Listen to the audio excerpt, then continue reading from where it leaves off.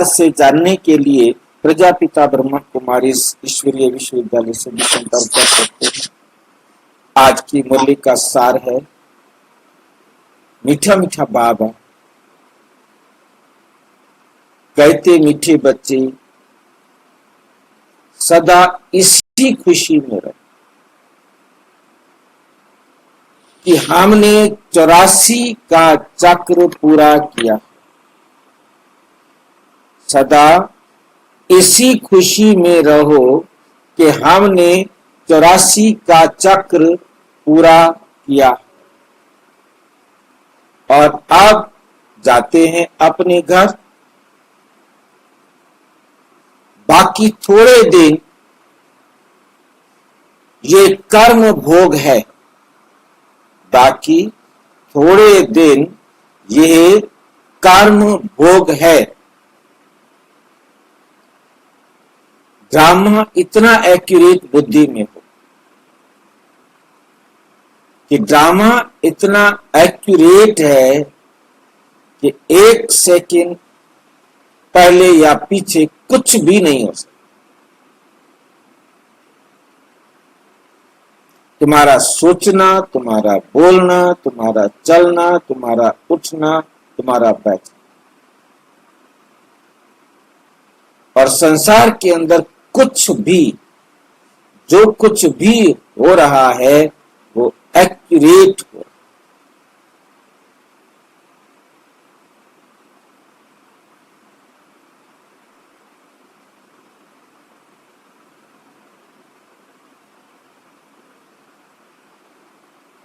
हमने अपना पार्ट पूरा किया और एक्यूरेट किया, कोई पश्चाताप नहीं हो।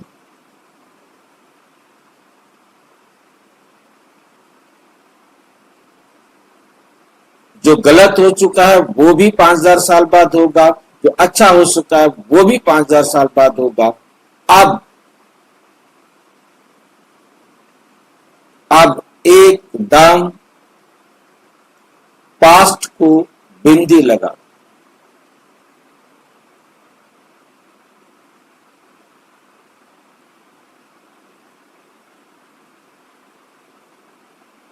और वर्तमान में सिर्फ बाबा के सिवाय और किसी को नहीं।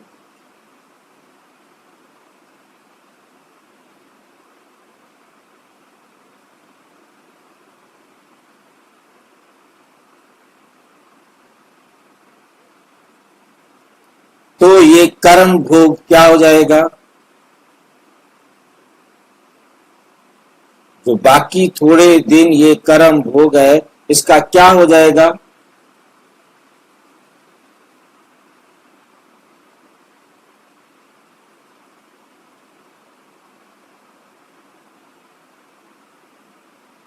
ये कर्म भोग क्या हो जाएगा?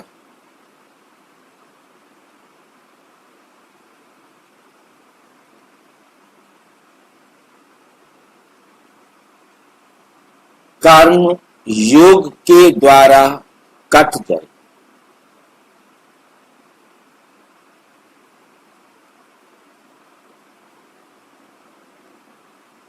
परंतु रहना बाबा की श्रीमत पर वर्तमान में हो।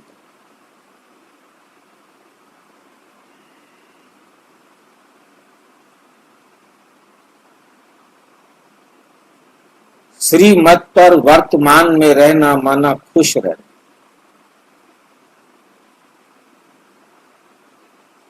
बाबा की हमने उंगली पकड़ी हो और उसके बाद हम दुखी हों,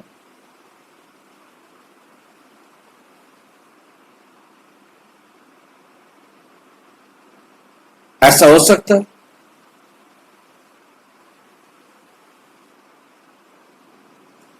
हमने उंगली बाबा की पकड़ी है फिर कर्म भोग हो, ऐसा हो सकता है?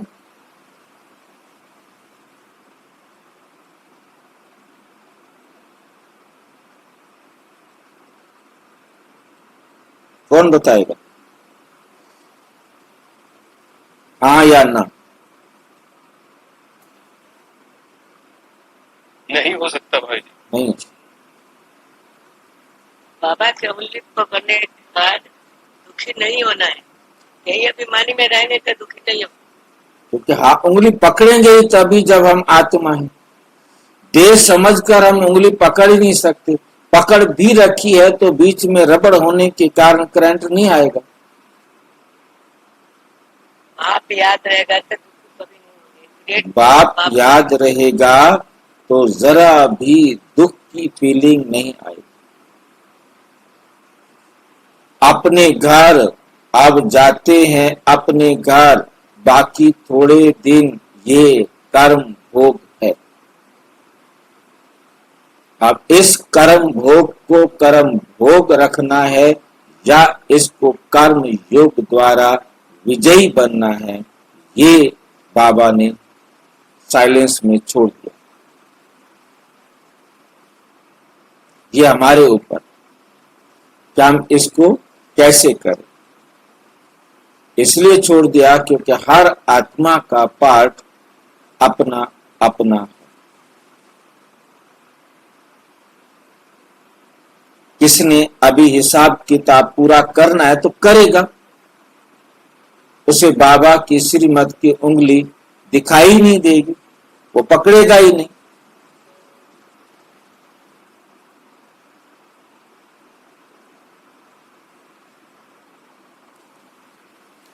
प्रश्न, विकर्माजीत बनने वाले बच्चों को विकर्मों से बचने के लिए किस बात पर बहुत ध्यान देना? किस बात पर बहुत ध्यान देना?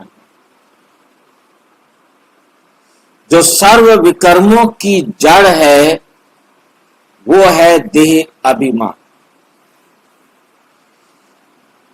उस देह अभिमान में कभी ना आए।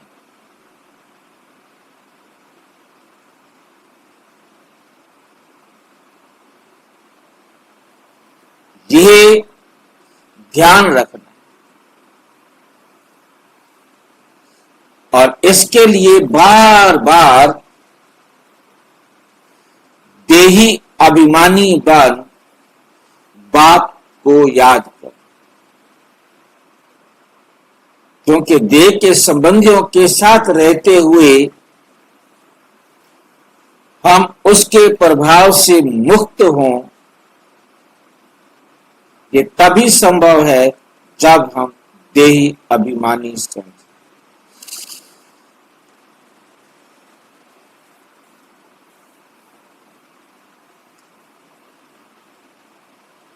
बार बार स्मृति दिलाने की जरूरत है, अपने से पूछने की जरूरत है, मैं कौन?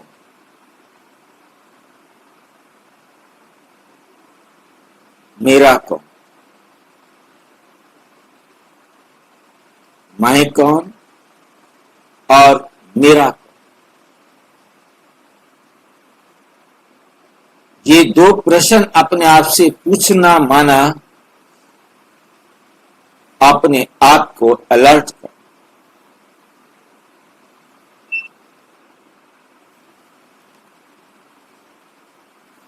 भाई जी स्क्रीन कट रही है। स्क्रीन कट रही है? कटनी तो नहीं चाहिए। ऊपर से कट रही है क्या? साइड से कट रही है। फिर आपके पास कट रही होगी, मेरे पास स्क्रीन पूरी है। आप पहले शुरू में ठीक थी, बीच में कट गई थी बात। आपके पास नेटवर्क प्रॉब्लम, मेरे पास स्क्रीन एकदम ओके है। ध्यान रखना है इसके लिए बात कट। देही अभिमानी बन बाप को याद करना, बार बार अपने आप को आत्मा समझकर बाप को याद करना। दोनों आधी आधी आ रही है, एक जो लाइन चलती वो भी आधी आ रही, बड़ी वाली भी आधी आ रही, एक कोई नहीं आ रही।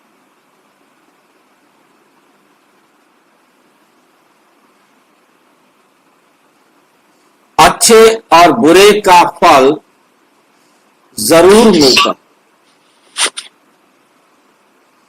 अच्छे और बुरे का फल जरूर मिलता।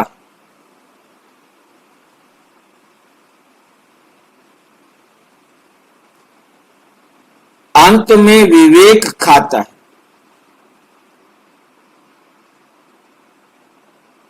विवेक खा रहा है तो क्या बाबा याद है?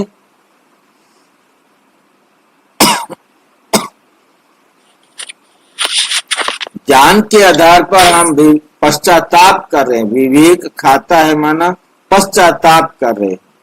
तो क्या बाबा ने पश्चाताप अलाउड किया है? नहीं किया। हम फुल स्टॉप नहीं लगा रहे हैं, तभी विवेक खा रहा है मुझे।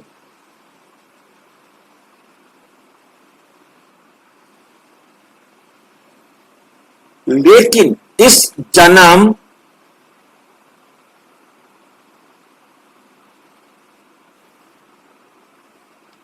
के पापों के बोझ को हल्का करने के लिए बाप को सच सच सुनाना है।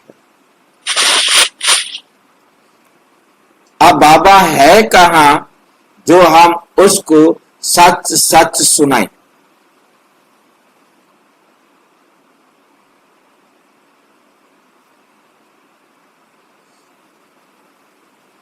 बाबा तो मेरे सामने आता ही नहीं है, उसको डर लगता है। किसको सुनाऊं सच सच? स्वयं को सुनाना है। हाँ जी, स्वयं को सुनाना है। भाइयों को, स्वयं को स्वयं को, स्वयं को सुनाना। स्वयं के साथ वायदा करना।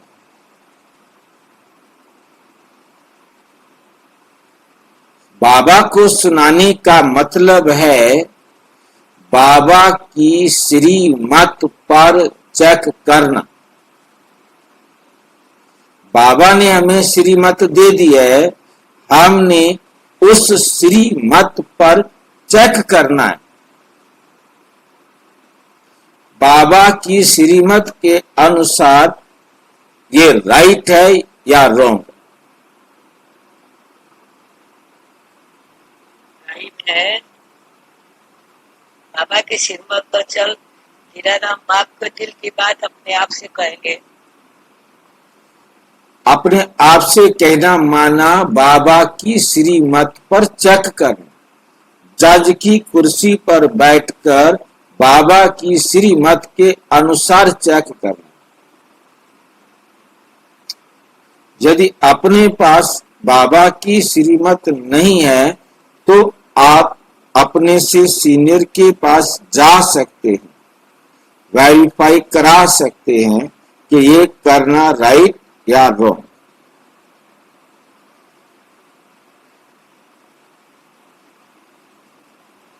जैसे डॉक्टर अपने बच्चे का ऑपरेशन खुद नहीं कर पाता, वो कमजोर डॉक्टर होता है, ऐसे ही यदि आप कमजोर हैं, आपको अपना फैसला लेना नहीं आ रहा है तो दूसरे के पास जाओ।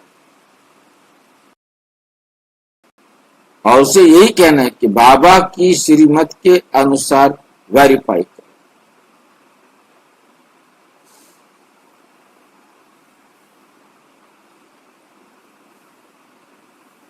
क्योंकि एक बाबा की श्रीमत है जहां गलती होने का चांस नहीं। कोई दूसरा भी बाबा की श्रीमत पर बताने में सक्षम होता है, अपने ऊपर लागू करना मुश्किल होता है, परंतु दूसरे को बताना सहज होता है। उसमें सारे बच्चे एक्सपर्ट हैं।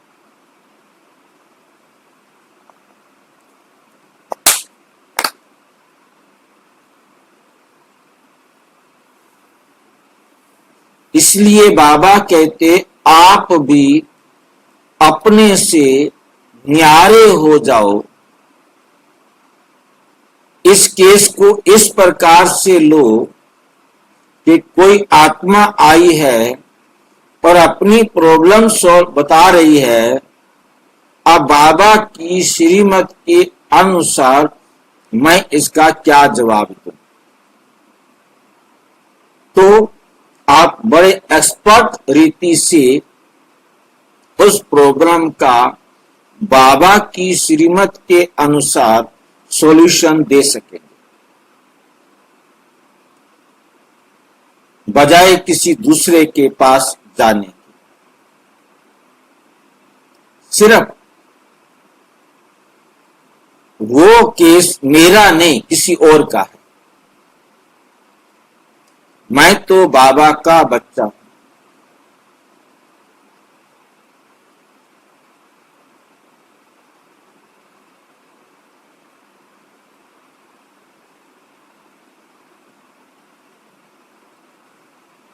यही एक विधि है बाप को सच सच सुनाना, न्यारा हो।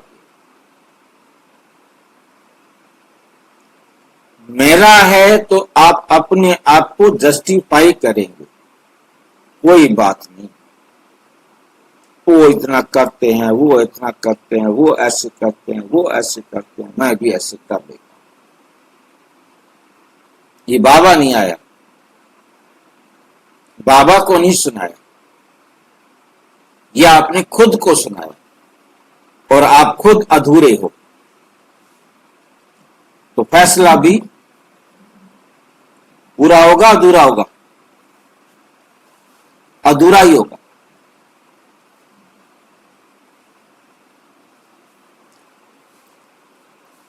फिर हमने सच सच नहीं सुनाया, बाबा को नहीं सुनाया, हमने खुद को सुनाया और खुद ही फैसला कर दिया। वो फिर बाबा का फैसला नहीं है। ओम शांति। बड़े ते बड़ी मंजिल है याद की। बहुतों को सिर्फ सुनाने का शौक रहता है। जज बनना,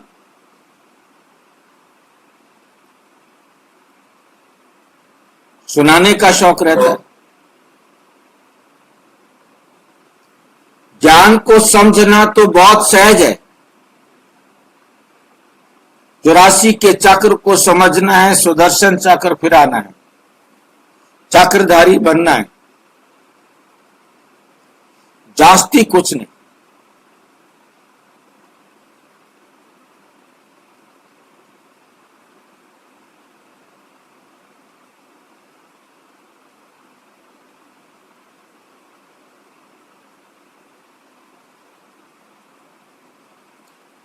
तुम बच्चे समझते हो हम सब स्वदर्शन चक्रधारी हैं।